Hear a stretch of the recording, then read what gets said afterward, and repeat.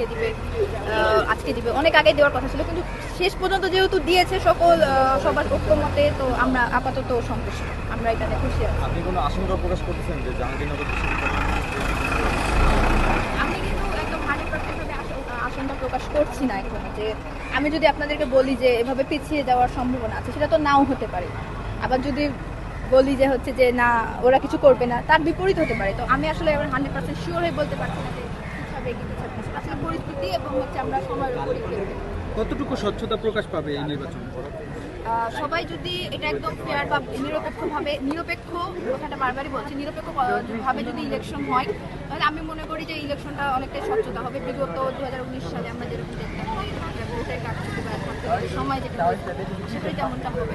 আমরা এবার আশাবাদী জুলাই পরবর্তী একটা ভালো ক্যাম্পাসে আমরা অবস্থান করছি, ডাকসু নির্বাচনটাও ফেয়ার হবে। আপনি কি প্রার্থী হবেন কিনা? এটা এখনো বলা যাচ্ছে না, তবে ইনশাল্লাহ ইচ্ছা আছে। রাজনৈতিক দলের কোনো হস্তক্ষেপ পক্ষপাতিত্ব এরকম কোনো কিছু কি আছে? রাজনৈতিক দল হস্তক্ষেপ বলতে বর্তমানে তো আপনার দেখছেন যে ডাকসু নির্বাচনে সবাই এখন ঐক্যমতে পৌঁছেছে বা